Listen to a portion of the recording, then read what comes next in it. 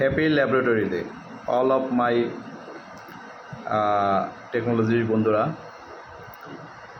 যারা আসলে অনেক পরিশ্রম করে অনেক শ্রম দিয়ে একটা রোগীর রোগ নির্ণয় করে দেন।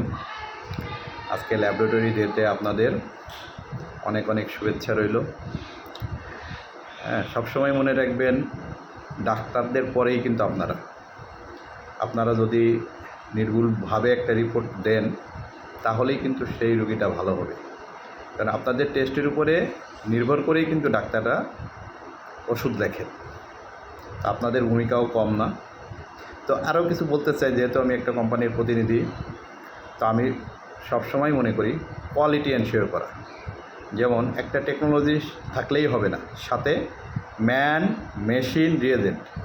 আপনি ভালো টেকনোলজি, সাথে কিন্তু আপনার ভালো মেশিন লাগবে, আপনার রিয়েজেন্ট লাগবে, তিনটাই লাগবে। তাহলেই কিন্তু একটা ভালো টেস্ট হইতে বাধ্য। এছাড়াও আর একটা বিষয় আছে, সেটা হলো কালেকশান ইরর। আমার যদি কালেকশান থেকে ইরর হয়ে আসে তাহলে কিন্তু টেস্ট ভুল হইতে বাধ্য। ভালো ইডিটিএ টিউব ব্যবহার করবেন, তারপরে ভালো গ্লুকোজ টিউব বলেন, তারপরে জেল টিউব বলেন, তারপরে রেড টিউব বলেন।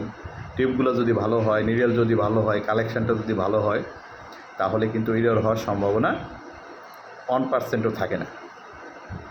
সেক্ষেত্রে একটা টেস্ট ভালো হইতে হলে প্রথম কালেকশান ভালো হইতে হবে, তারপরে মানে আপনার বুঝতে হবে যে আমি কিভাবে টেস্টটা বসাবো, কি করব।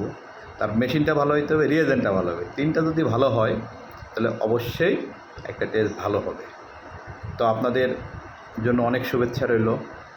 আপনারা সপ্তাহে 7 দিনই কাজ করেন, শুক্রবারও আপনারা পরিশ্রম করেন, এবং আমি মনে করি এই স্বাস্থ্যসেবায় আপনাদের একটা বড় অবদান, এটা আসলে ভোলার নয়। তো আজকে ল্যাবরেটরি ডেতে আপনাদের অনেক শুভেচ্ছা রইল, আপনাদের স্বাস্থ্যের জন্য শুভকামনা রইল, আপনাদের ফ্যামিলির জন্য শুভকামনা রইল, আপনাদের ছেলেমেয়েদের জন্য শুভকামনা রইল।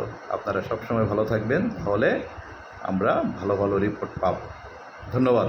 আসসালামু আলাইকুম।